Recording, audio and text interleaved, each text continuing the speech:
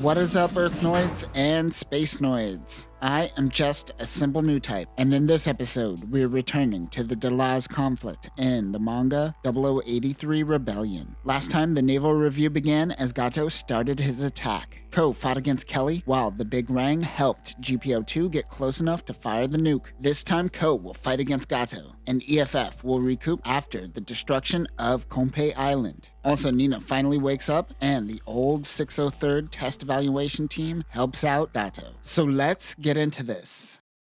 Solomon has been nuked. Most of the fleet is severely damaged. As Synapse gets the sitrep, he thinks to himself, "Oh boy, I'm going to jail for life for this screw-up." Kou approaches Gato. He realizes Kelly wasn't able to handle him. Gato says that Kou now fights with hate, but Gato fights for a purpose greater than himself. He slices the GPO-1's variable booster. When Gato fired the nuke, the Gundam's arm malfunctioned and is inoperable. Kou notes this while they are fighting. He goes in to strike the arm of the GPO-2, but Gato also tears through part of GPO-1. The Gundams are down. Gato gets out before it explodes. He approaches Kou and they do a space kiss. He says he won't forget him. That's hot. Gato gets picked up by Kari Sato and they make their escape. The two Gundams explode and Kou goes flying. He has a leak in his suit and is upset that he wasn't able to bring back the Gundams for Nina. Keith comes to pick him up. On a random supply ship, Karius and Gato meet with Engineering Lieutenant Oliver May. This was our hero in Mobile Suit Gundam Igloo and Apocalypse, where he helped the Zeon rear fleet make their escape to Axis. With him is Monique Cadillac and Hideto. They're here on behalf of Yuri Hassler, Admiral of the Axis fleet. Since we are here, let's discuss briefly what is going on Axis while this is going down. Hassler is in the Earth sphere, so Jamatov's covert attack has taken place. Char and Haman went to Side 3, so Captain Enzo is currently in the midst of his Axis coup. Oliver mentions he is here to collect data, suggesting he is no longer the Big Rang pilot. They used to be a test unit and many of their test pilots died. So yeah, best give that job to someone else these days. Since they are with Axis, they officially can't help with the Delaz fleet. Axis has an agreement with the Federation, which consists of mainly just ignoring each other. However, Oliver and his team are building a mobile armor for Gato to use. It is the only thing they could do to help. Synapse wants to dock and help with relief, but an officer yells at him and blames this all on their failures. This is just a random admiral underneath Wyatt who took command now that he is dead.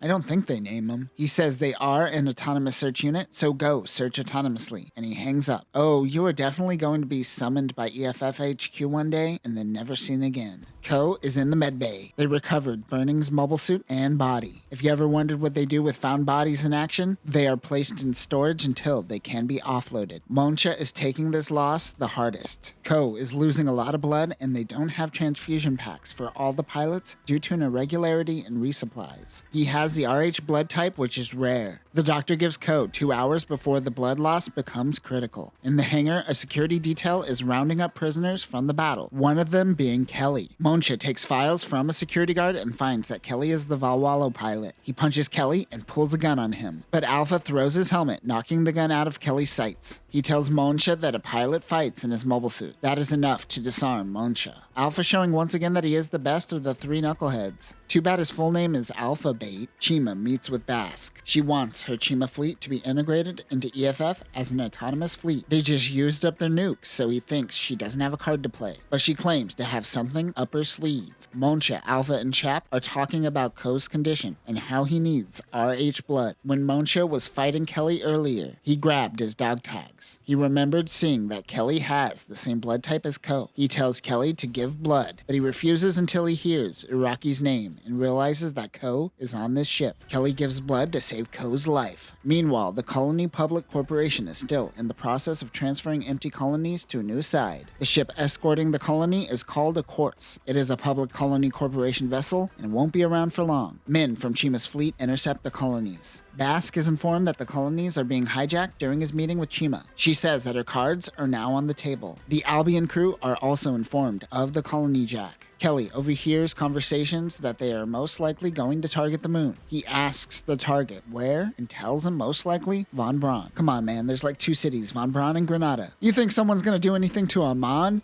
Amman? He thinks of La Terra and wonders if this was always a part of Gato's plan. He calls Gato a sick bastard. Clara brought from Anaheim Electronics the remodeled Gundam Gerbera. This is the Gerbera Tetra. The AGX-04 Gerbera Tetra is more or less the Gundam Gerbera with a facelift. Unlike the OVA, where it was made with leftover scraps of the Gundam Gerbera and the Gundam Development Project, this was designed off-book by Anaheim Electronics based off of a scrapped idea that was intended to be appropriated by Chima. This version also has 2 eyes instead of the typical mono eye. It can also equip a stern booster on its back. This weighs down the unit and makes it a chunky boy, but increases speed and flight range greatly. Weapons include a 110mm machine gun mounted on each forearm, which outperforms 60mm Vulcans, a beam saber, and the X-04 beam machine gun. Chima also retains her shield from her old Gelgoog Marine Commander type. Clara is excited to join Chima's fleet, but she ignores her and takes the mobile suit. Chima refers to it as the Crimson Tetra. Clara takes Chima's Gelgoog and demands that she answers whether or not she could join her group. She says that they are outcasts and they don't need her. Clara will prove herself by fighting Chima right here. Nina wakes up. Paula tells her that she has been in a coma since she attempted to shoot herself. Luckily, it just grazed her. She calls Nina a fool. She wonders where they are. Paula says, yeah, so things are ramping up. The Zeon fleet they were with now met up with the Axis fleet. Looks like they are stuck with Zeon for now. And their fleet is a Guanban-class ship. The Guanban is smaller than the Guadon and the Guazin classes, but it still packs a powerful punch. It's like when the PlayStation releases their PS Slim lineup consoles. It has 3 retractable megaparticle cannons and 6 single-barreled cannons, and could carry and maintain up to 18 mobile suits. This originally debuted in Zeta, but was retconned into 0083. This is Hassler's ship. Monique Cadillac informs him that they are almost done with resupplying the Delaz fleet. She also tells him that the mobile armor output is unstable currently, but Hassler tells them to test it out on the field. They are struggling to get past this engineering hiccup. Hideto tells her this is probably why Oliver helped develop weapons on the outskirts of Axis, so he doesn't have to deal with all these politics. He also tells Monique that he heard there is a civilian engineer from Anaheim that worked on the Gundam currently on board one of their fleet ships. Chima and Clara continue their fight when they hear a Fetty signal on the radio. The two stop fighting and hide. She hears Fetty soldiers saying, "Capture Gale Hunt." She sees the damaged G-Line running away. What remains of the fleet from the Naval Review plans on intercepting the Delaz fleet on the moon. They believe that they don't have enough propellant to make it to Earth, and there are many Zeon sympathizers in Von Braun. Meanwhile, Synapse contacts Cohen. The two talk about how EFF is probably going to put a bullet in the back of their heads. Since he is most likely going to lose command soon, he gives the Albion crew one last mission: stop the colony drop. He informs Synapse that Cohen signed off on 3 mobile suits for the Gundam Development Project. There is a Unit 3. Remember, Unit 4 Gundam Gerbera was made with Anaheim funds and was off-book, so it technically doesn't exist. The other G-Line pilots surround Gale and tell him to surrender. He is out of ammo. He seems to be an off-record hire by Wyatt. Now that Wyatt is dead, he is nothing more than a Zeon remnant to EFF. Clara snipes one of the G-Lines and scares them away. She says, "Chima, did you see me? Aren't I amazing?" Chima once again ignores her and talks to Gale. She says for Gale to come with them. Chima has plans on siphoning money from EFF, and they can help give money to the families of those lost during the 1-year war. Gale says that is the difference between him and her. He is fighting for the ones that he lost, while she is fighting for herself and her fleet. He sees that she is a loner who can't commit to something greater. He bears the burdens of those lost at Mahal. He takes off on his own. Monique meets with Nina and asks her questions about the instability in the mobile armor. Paula tells her not to help Zeon, but she tells her that Anaheim Electronics has an industrial device that adjusts a nuclear core. She says that there may be an Anaheim facility nearby. Synapse informs his men that they are taking on a reckless mission by taking the Delaz fleet head-on. Everyone has no objections. The captain assigns Monsha to pilot Unit 3 since Kou is still out of commission. Nina tells them that there is a self-navigating docking ship in the area called Levian Rose. On the Albion, the crew prepares to go pick up Unit 3 at Levian Rose. In the medbay, Kou wakes up. He thinks of Nina.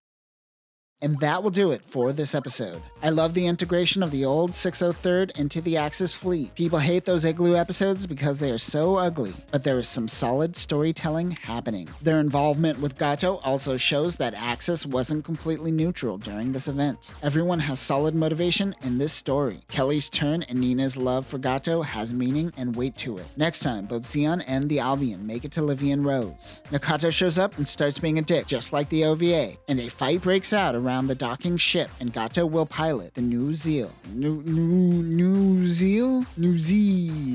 But that will do it for now, new types. Remember, sometimes you just gotta go all in on your terrorist boyfriend. Peace.